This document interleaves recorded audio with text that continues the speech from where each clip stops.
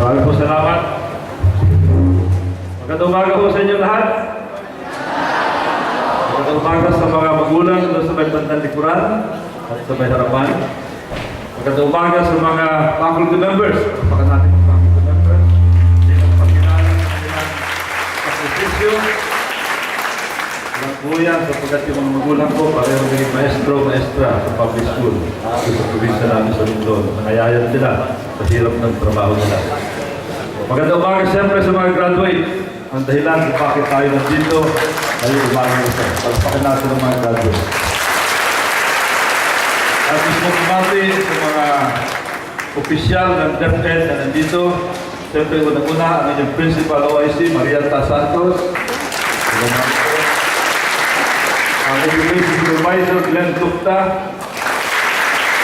Angie Rivera, Education Representative sa City Hall.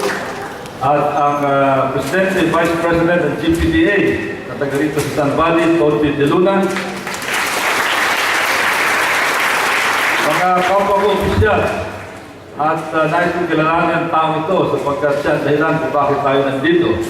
Alam niyo, napakatagal ang pangarap ng 2nd District na magkaroon ng itong klaseng high school. Ang tagal na hinintay. Taon, dekada. Pero pagdating ng taong ito sa isang iglap, nagkaroon tayo ng high school dito sa San Valley. Walang iba kundi ang ating Mayor June Bernabé.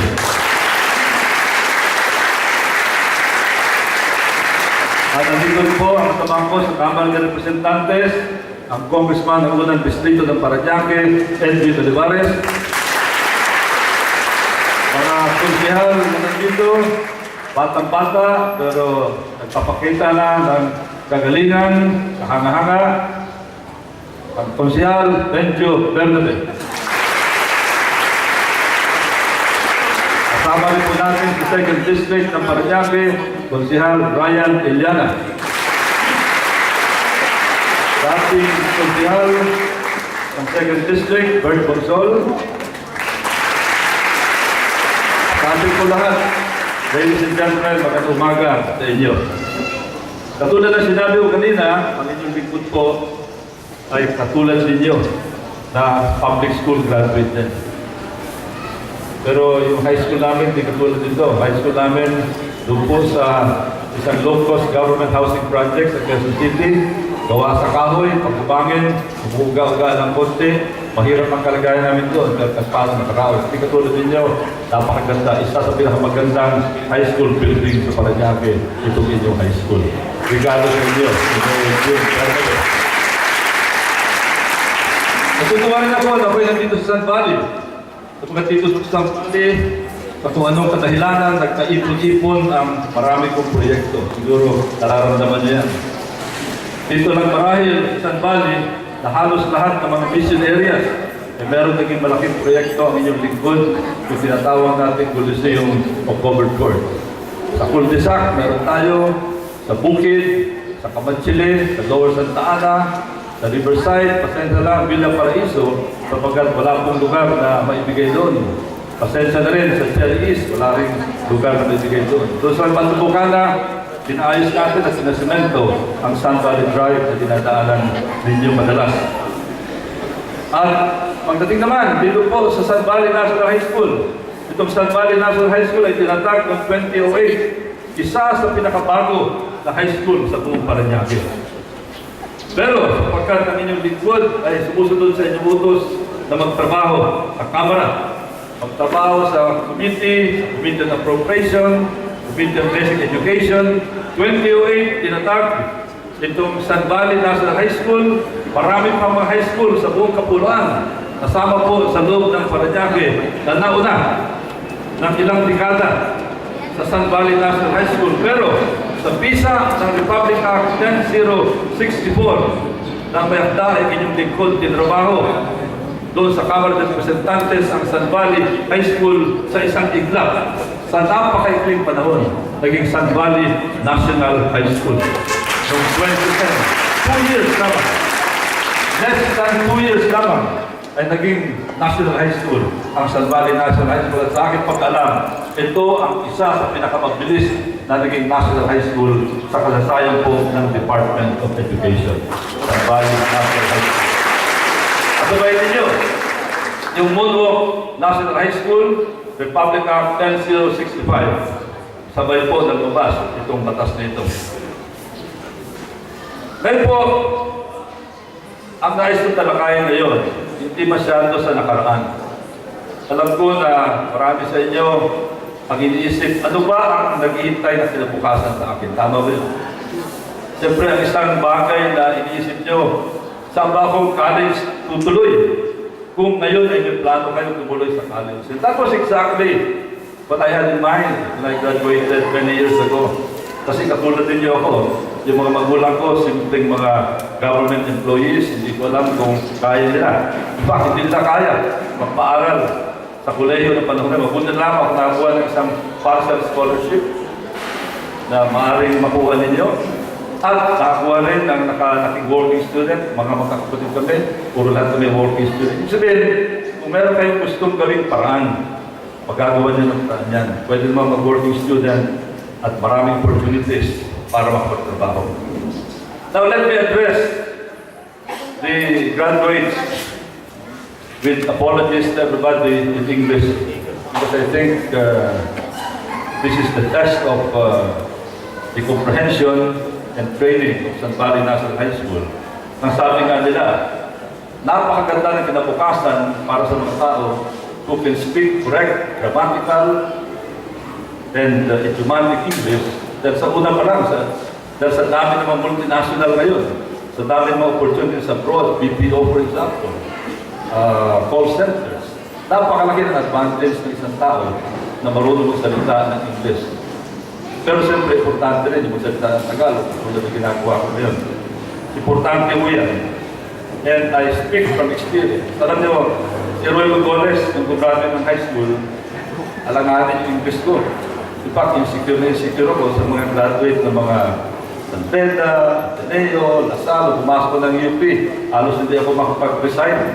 Kasi nahihiya ako sa pronunciation ko. Kasi public school yung pinanggalingan ko, hindi kasi ganda ng public school na ito. But with self-training, kahit paano, na-develop ko yung pagsasalita ko.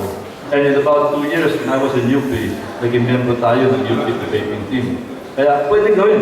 Kaya sino man dito, nasa inyong pananaw ay medyo hirap ng konti sa English for some reason, huwag kayong mag-alala. Magagawa ng paraan niya. Now, I know that what you're thinking of is the future. Let me tell you, the future is very bright for graduates of the class of 2012. And the reason for that are so many studies that this representation has had the opportunity of listening to and attending. Number one that I would like to mention to you. About 2 weeks ago, Congressman Roilo Golez had the opportunity of listening to the lecture of one of the most renowned economists in the Philippines, Dr. Bernardo Villegas, Harvard graduate, not only popular, not only in the Philippines, but also worldwide. In fact, he's recognized by the World Bank. Dr. Villegas said that the future is very bright for the country for many reasons. One reason is because of the rise of the BPO, business process outsourcing. It is projected that in about 2 to 3 years, the BPO sector will generate an employment of 1.2 million workers. And many of you will enter the BPO market. Pag sinabi natin BPO, yan yung mga, hindi lang call centers yan. Yan yung mga software development, animation, medical transcription, at marami pa. In other words, the future is very bright for those who are eyeing the BPO sector. And it is projected that in about 2 to 3 years, the BPO sector will generate an income of about $10 billion. And in about 5 years, will even surpass the income of the OFW sector, the overseas Filipino workers sector, which generates right now $23 billion a year. The second reason that is cited is what I mentioned already, the OFW sector. Again, marami sa inyo, sigurado tutunda dyan. There are roughly about 8.5 million Filipinos right now abroad working. And as I mentioned, their inward remittance amounts to about $23 billion per year, accounting for about 12% of our GDP. Napakalaki yan. Marami sa inyo, sasama rin dyan. At hindi mapipigilan yan. At hindi rin natin pwedeng sabihin na bakit naman aalis tayo ng bansa? Because right now, because of globalization, we have to look at the global employment market. In other words, if you're looking for employment, if you're projecting where you will be, one of the prospects that you should consider, and rightly so, is the foreign market. Kasi kailangan tayo sa ibang bansa.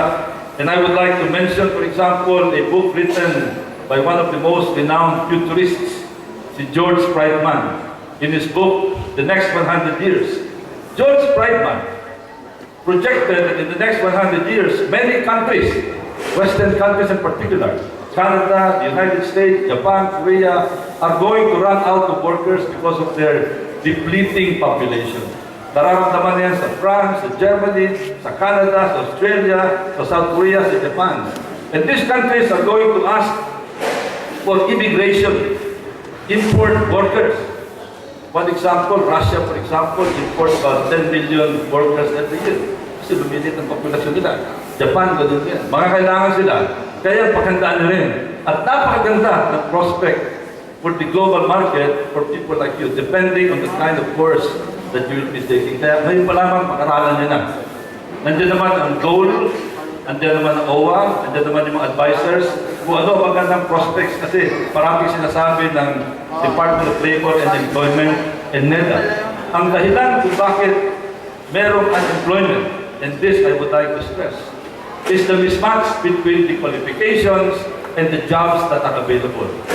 I'd like to reiterate, the reason why there is some unemployment still remaining in the country is because of the mismatch. In other words, pag mali ang kurso na kinuha ninyo, pag mali ang kinuha nyo, let's say, a 2-year course or a 4-year course at nagkataon, yung kurso na yan ay walang hinahanap na employment opportunities, magiging unemployed kayo. So, importante, kayo pa lamang aralan na kung ano ang mas magandang mga employment opportunities if your objective is to get employed as quickly as possible. The second reason cited by Dr. Villegas is the report given by no less than one of the biggest banks in the world today. Ito yung Hong Kong and Shanghai Bank. Ang sabi ng Hong Kong and Shanghai Bank, ang Pilipinas daw, darating ang panahon, mauunahan pa ang mga bansang katulad ng Malaysia, Taiwan, Singapore, Hong Kong, and surprisingly, this is the most surprising, Korea. Imagine, di ba pag sinabi natin Korea, napakayaman na bansa, di ba? Sinabi mong Korea, ito yung gumagawa ng mga Samsung, television, computer, cellphone, mga kotse, Kia, Starex. But it is being projected by the Hong Kong and Shanghai Bank, maunahan pa natin ang Korea. We will emerge as number 16 in the world. Tatalunin pa namin ang maraming mga bansa. Mauna lang sa atin yung mga bansa katulad ng Japan, China, United States, maybe Russia. But we will be one of the top in the world. At yan, aabutan ninyo. And Hong Kong and Shanghai Bank stated that the reason for that is because we have a young, big workforce, and many of you are going to be joining that workforce in just a few years. Yun ang sabi na, yun daw ang malaking advantage natin. Kaya yan ang nag-iintay sa inyo. Imagine, nakakaingit yung future ninyo. Baka kami ni si Mayor, mas bata sa akin ang dihapak ko, 20 years na tayo. Si Bert Consul, may edad ng konti sa akin ito ng mga 6 months. Ewan ko, maabutan pa namin yung sinasabi ni Cong yung Shanghai Bank na tatalunin natin ng Korea. But kahit na hindi natin abutin, sigurado along the way, makikita na natin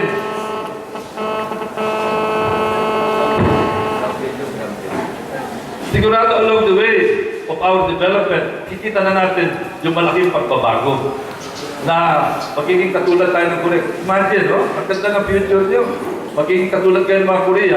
Pag sinabi natin Korea, magandang trabaho, may mga bahay sila na maganda, halos lahat ng pamilya may kotse. Yan ang naghihintay sa inyo. Aabutan niyo yan. If the projections of Hong Kong and Shanghai Bank and Dr. Villegas are correct.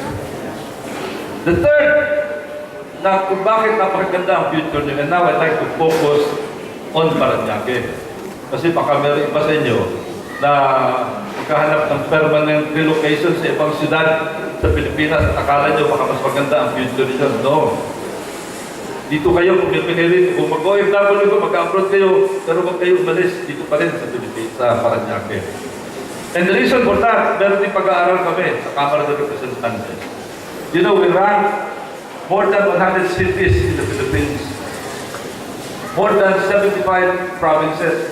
At nirank namin ang lahat ng ito, nasaan ba ang Paranaque pagdating sa per capita income? All of us know what per capita income is. Lahat naman tayo nag-aral ng economics, no? Yan yung pundo na kanalakalaan sa bawat tao sa ilang loob ng isang syudad. Alam niyo ba kung ano ang bilang, ang ranggo ng Paranaque out of almost 200 cities and provinces? Number 4, number 5 tayo.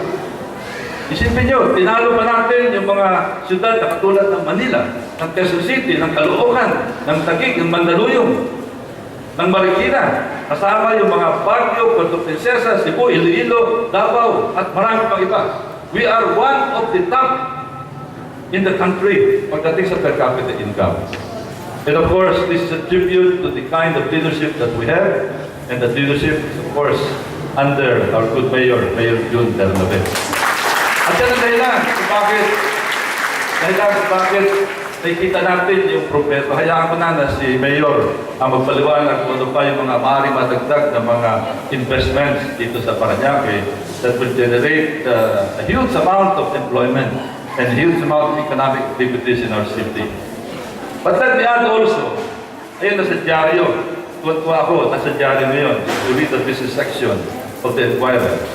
Governor Etangco, the governor of the Bangko Sentral ng Pilipinas, was quoted there that we are about to approach the sweet spot of economic development. Ibig sabihin, sweet spot, yung pang posisyon na talagang pabulusok na tayo. At ang sabi niya, ito ay darating sa taong 2015. Kailan yung 2015? It's about 3 years from now. Nasa koleyo pa kayo, nag-aaral pa kayo. O some of you may be working already.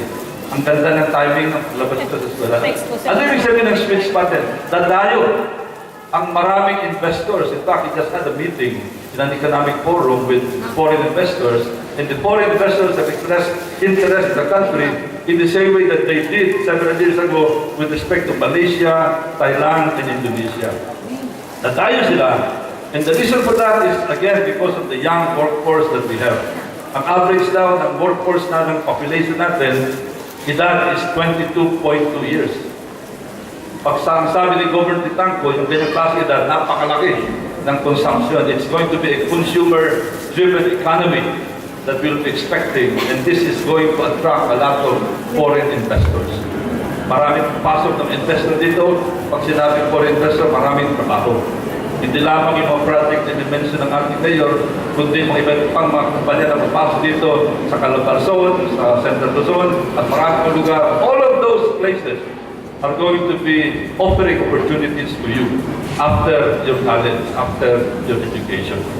At pagdating naman sa training, ang inyong lingkod, tumutulong din paano. Alam ko that many of you may not be able to afford a full course as far as college education is concerned. Naiintindihan natin yan. Dumaan tayo sa ganyan. Kaya ang dahilan kung bakit si Roilo Golez binigyan ng prioridad yung TESDA training. Ang TESDA training, since my present term started in July 2010, mahigit 446 na ang na-train natin sa TESDA. Yan ay available para sa inyo, baka meron sa inyo, pagdating ng panahon ay gusto mag-training sa TESDA for immediate employment, o kayo mag-bili na magpunta kay Congressman Golez. So yun po, ang naghihintay sa atin, the future, the bright future that awaits you. Hindi katulad ng future namin, nung mga nakairamang taon, ito nakakaingit ang inyong future. I'm very excited for you, mga magulang po. Napakaganda ng kinabukasan ng mga batang ito dahil lang sa mga economic projections na hindi Pilipino nagsasabi, kundi mga foreigners, mga foreign economic studies ang nag-i-indicate. At meron din ko akong konting regalo sa inyo. Para sa lahat, hindi lang po yung mga honor. Yung mga honor graduates, kung kailangan nyo ng tulong pagdating sa eskwela, magpunta kayo sa akin at pag-usapan natin, Roilo Golez will be willing to help the deserving honor graduates to get your financial support. But meron ako regalo sa lahat po ng mga graduates. Meron tayong balita po ito, presente na. Madalas kayo magpunta sa coffee shop or whatever. Meron akong maliit na tumbler ibibigay sa lahat ng graduates. Nakalagay dito ang skill ng San Valley National High School batch 2012. Nakalagay dito. Respectable graduate. Ito, kaya ko pinili ito, hindi ito nasisira, hindi nabubulok. Pag inalagayan na mahusay ito, hindi nyo wala. 20 years from now, 30 years from now, ito yung magiging isang memento na hindi nyo makakalimutan bilang paalala ng inyong 4 na taon. Dito po sa San Valley National High School. Pumunta kayo ng Starbucks at dala-dala nyo ito. Sagot ko na yung papel ninyo. At bilang mawakas, now it's time for goodbye to San Valley National High School. Masaya ba kayo na mag-goodbye na kayo sa high school ninyo? I'm sure not. But in a few minutes from now, you will be facing the inevitable. You'll have to say goodbye. In the same way that Edwin, Mayor June, and others here said goodbye to our respective high schools many years ago. Alam ko na masaya pero malungkot. Mahirap iwanan ng high school. Katulad ko hanggang ngayon, naalala ko pa rin yung high school ko, yung mga sweet memories of high school. Naalala ko yung mga teachers ko, kahit na-terror sila, hindi pa rin sila makalimutan. Naalala ko yung mababait ng mga, naalala ko yung grounds, no? Yung lundag ng puso, tuwing naalala ko at napupuntahan ko yung high school. Ganun din ang pararanasan nyo. Naalala ko sa high school, yung first love ko. Yung junior, senior prom, naalala ko. Hanggang ngayon, naamoy ko pa rin yung buhok ng partner ko. At kayo, ganun din. Kaya ngayon pa lang, ganyan na yung isa't isa. Dahil yung say goodbye to each other. Mamaya, ang iba sa inyo, tutulo ang luha. Ganun din nangyari sa amin. But that's part of life. One must move on. But remember, what high school has contributed to you. I'm very sure that with Marietta Santos, with the DepEd family here, they have prepared you well. You have a bright future ahead of you, as I mentioned. The economy is improving, the country is rising. You're going to be one of the strongest economies, not only in Asia, but in the world during your lifetime. Kaya, andito po si Roilo Golez, nagdarasal. Kasama po si Roilo Golez ang lahat ng mga magulang dito. Lahat ng mga teachers dito na pinagdarasal kayo, na sana lahat kayo ay maging matagumpay sa inyong buhay. Good luck sa inyo. Maraming salamat. And thank you so much for the opportunity for your service. Good luck. Godspeed to all of you.